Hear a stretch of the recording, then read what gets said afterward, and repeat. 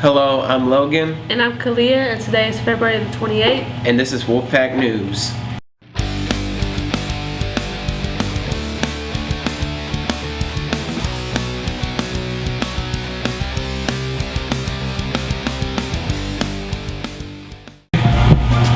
February 24th, Rainey Hamilton. February 25th, Michael Skinner. February 26th, Devon Hudson, Marianne Kimber, Kat Simmons, Natalie Towers, Samara Williams. February 27th, Victoria Walker. February 28th, Danielle Robertson, Lakira Williams. March 2nd, Zachariah Trotter.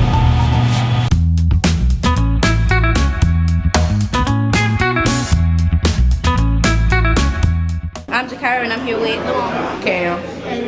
If you have any plans over the weekend, what are they? I gotta go to work. I'm going out with some friends. Work. So far, how has 2025 been treating you? It's okay, at least. Great year. It's going to be very great. And if you could be any animal, what it would be? No animal? A horse. Stallion. Like a black horse. I said a penguin. I'm Jakira and I'm here with TK. Deja. And the questions are, if you have any, what are your plans for the weekend? Chill with the guy, play the guy. Stay in the house. Sleep. How has 2025 been treating you so far? Very great.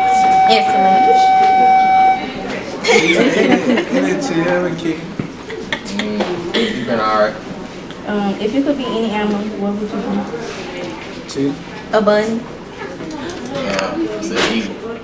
I'm Jakira and I'm here with Shamal, Natalie, and the questions are, if you have any, what are your plans for the weekend?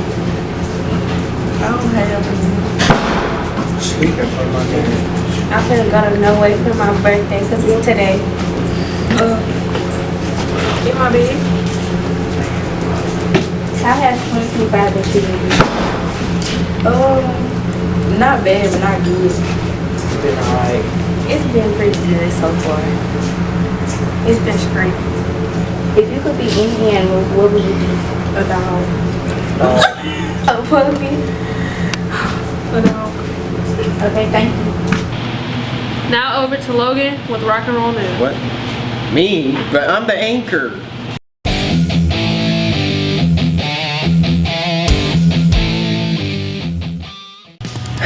Good morning, Wolfpack News. I'm Logan Cook and welcome back to Rock and Roll News. So, I forgot to tell y'all what my segment's about last week. So, I basically talk about what's been going on in the music industry lately, some of my favorite bands, and other bands I think y'all should listen to. But for today, I want to talk about my most favorite band of all time, Pantera.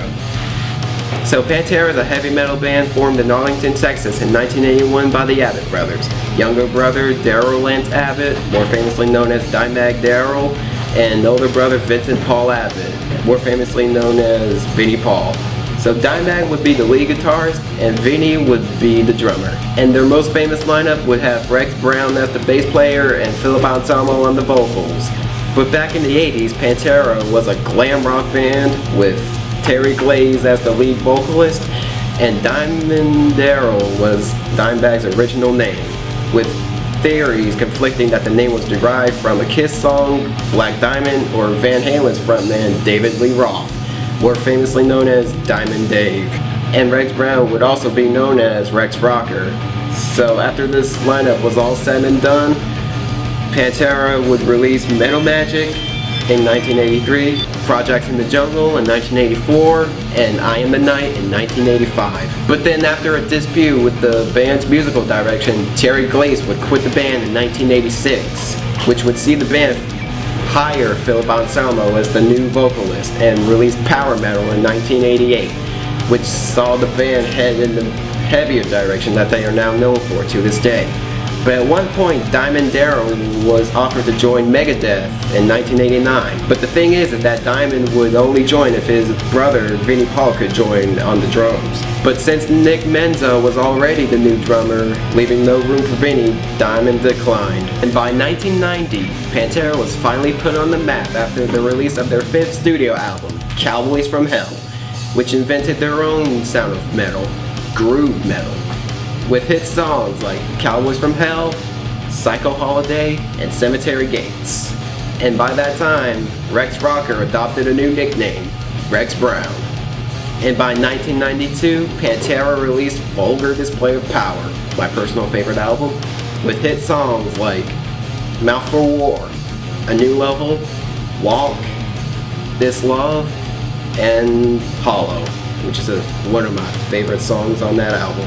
And after the release of Vulgar Display of Power, Diamond Darrell would drop his old nickname and adopt a new one, Dimebag Darrell. Then, in 1994, Pantera released Far Beyond Driven, which debuted #1 on the 200 Billboard that year, with hit songs like Becoming, 5 Minutes Alone, I'm Broken, and a Black Sabbath cover song, Planet Caravan. But unfortunately, in 1995, Philip Anselmo started to distance himself from the other band members due to back pains from previous stage performances. And he would later become addicted to heroin, claiming it would numb his back pains. And in 1996, Pantera released one of their more underrated albums, The Great Southern Trendkill, with songs like Drag the Waters, Tens, which was actually featured in the Dragon Ball movie before, and Floods.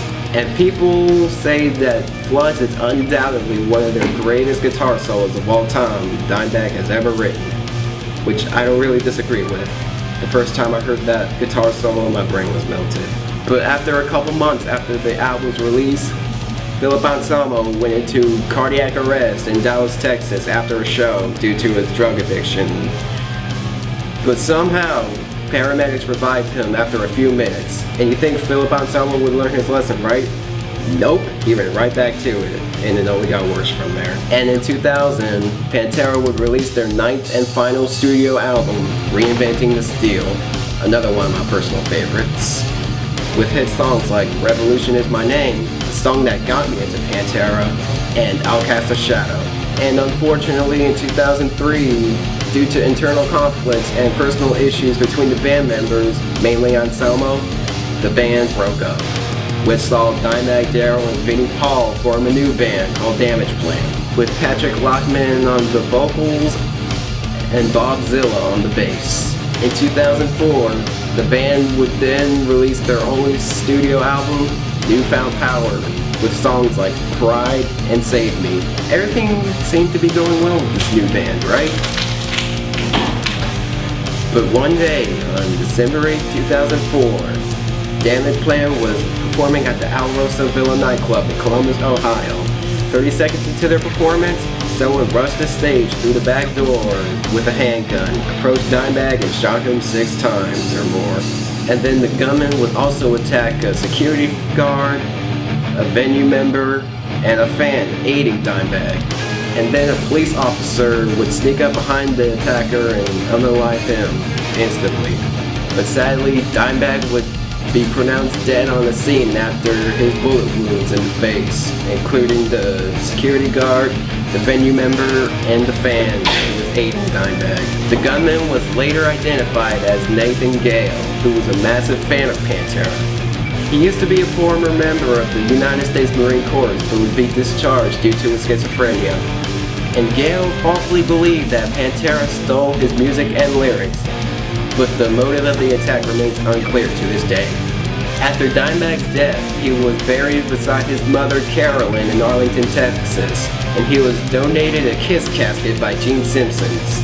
And before Dimebag passed, he asked Eddie Van Halen for a replica of the 1979 black and yellow Charavel Bumblebee guitar. But instead, during Dimebag's funeral, Eddie Van Halen donated the original Bumblebee guitar, whereas he said, and I quote, "Dime was an original, and only an original deserves the original." And that's one of the main reasons why Eddie Van Halen's one of the greatest of all time. And another thing before Dimebag passed, he was supposed to be unveiling a new guitar, the D Razorback, and he also made one with the Frankenstrad paint job to give to Eddie Van Halen. But due to him being taken away senselessly, it sits in a museum. And after witnessing his younger brother passing away right in front of him, Vinnie Paul would form another band in 2006 whose name I can't say due to the school laws. And sadly in 2008, Vinnie Paul would pass away in his sleep due to heart failure. And he's also buried in a Kiss casket beside Dimebag and his mother. And in 2021, the Alarosa nightclub was torn down to make way for an apartment complex. And later in July 2022, it was announced that Rex Brown and Philip Anselmo would be reuniting in 2023 with Zakk Wylde as the new lead guitarist and Charlie Bennett as the new drummer for a tribute tour.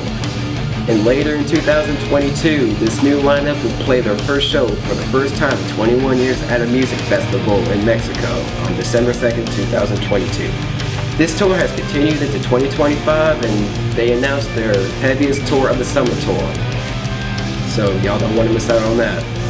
But anyways, that's all I have for y'all today. The script was very long for me to write, so I hope y'all enjoyed this. So have a good day, keep on rocking.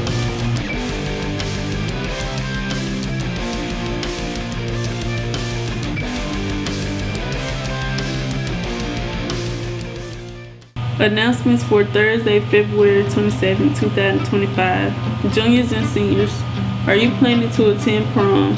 The last day to pay for prom tickets is Friday, March 7th.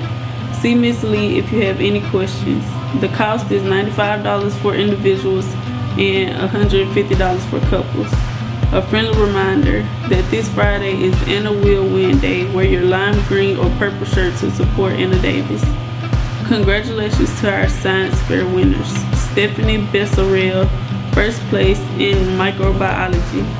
Michaela Hunter, third in physics and astronomy, and she also received a special award for geoscience and excellence. Callie Lamb, second in physics and astronomy. She won 2 special awards, one for environmental excellence and the other for sustainable development.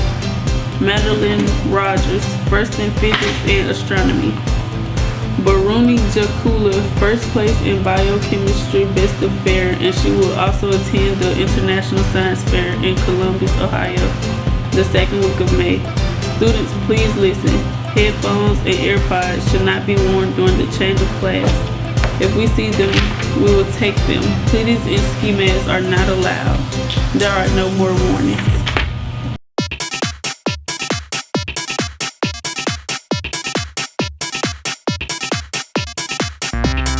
Welcome to the Arcade Cave. Today I'm going to be talking to you about why I think Marvel Rivals perform better than Multiverses. Marvel Rivals is a third-person shooter game with access to the entire Marvel IP. So any of your favorite Marvel characters from the movies or even from the comics can be playable characters. Now let's talk about Multiverses. Multiverses is a crossover fighting game with access to the entire Warner Brothers IP. So anything from Jason Voorhees to Batman to Shaggy from Scooby-Doo can be in the game. With an access to an IP this large, you would think that it would be impossible for a game like this to flop. Multiverses was being developed by Player First Games, which promised to put the player's needs first. They unfortunately did not do this. Corporate greed unfortunately got to the game, with developers seemingly attempting to make players spend as much money as possible by making obtaining new characters take an absurdly long time. Multiverses also took absurdly long times to update the game. Multiverses took an entire year to officially release the game from the beta, with the official release seemingly having no changes or any updates from the beta. Multiverses also added meme characters like Banana Guard from Adventure Time. This left players confused as to why they would waste resources on non-mainstream characters such as Harry Potter, Mordecai and Rigby, Darth Vader, Buzz Lightyear, and many more. Unfortunately, this game is getting shut down after a year of its official release. Marvel Rivals fortunately has shown no signs of corporate greed or absurdly long update time. Unfortunately, what could have been a really good game had failed because of a bad development studio. That's all for Arcade Cave. See you next time.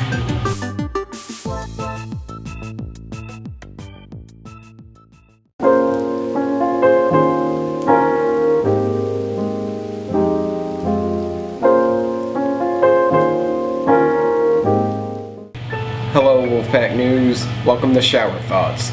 So basically what shower thoughts are these thoughts that you have in the shower and stuff like that. Yeah, enjoy. Hang on. If you get out of the shower clean, how does your towel even get dirty? Right. Hang on. If life isn't fair to everyone, does that mean life can actually be fair?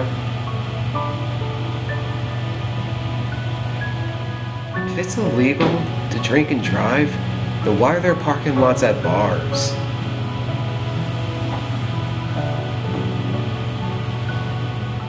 Dude, your parents always told you not to take candy from strangers, right? But yet on Halloween, they highly encourage it. Why? Hang on. Wait. Wait. What if they aren't actually stars, but just holes poked in the container so that we can breathe? Okay, that's all I have for y'all. Goodbye. Now over to sports with Shannon and Kanai.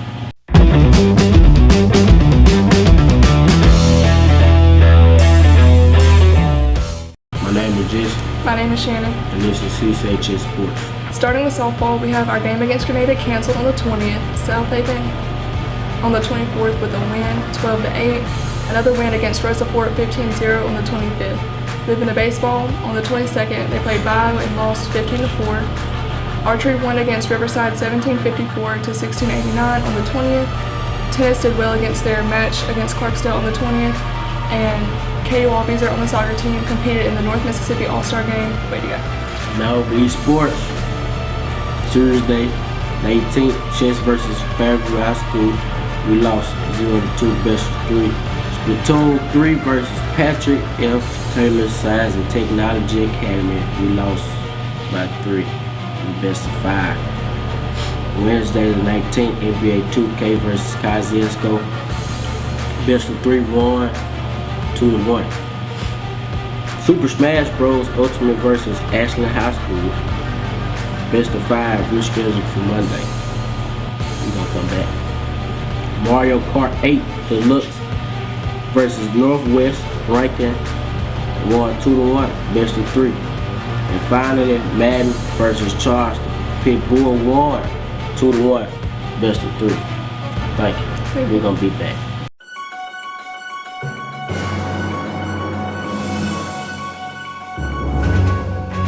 An American teen was arrested in Paris after newborn is fatally thrown from a hotel window. A U.S. teenager has been arrested in Paris after her newborn baby was allegedly thrown out of a hotel window and passed away.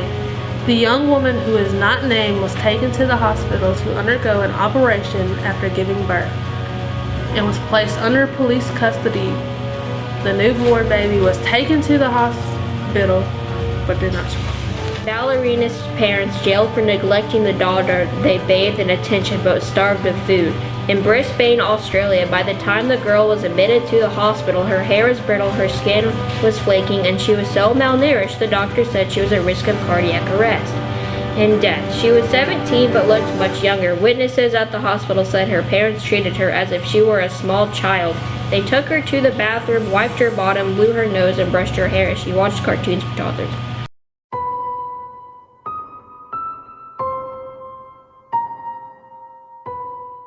Welcome to Disney Dilma. This topic is called Walt Disney left behind 5 years of micromanagement videos for his executives. This might be the least far-fetched theory on this list. Walt's death from lung cancer was relatively sudden and came at a pivotal moment for this company. Walt Disney World is still under construction, and Walt's brother Roy deferred for his retirement to oversee the project.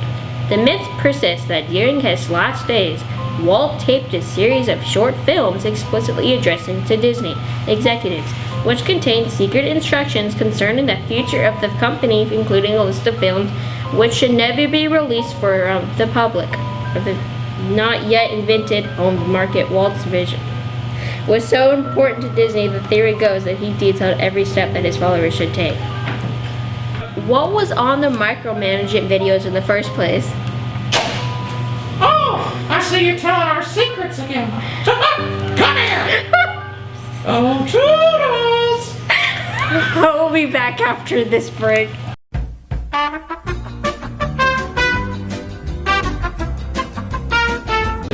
Thank you all for watching. Like, Share. and subscribe.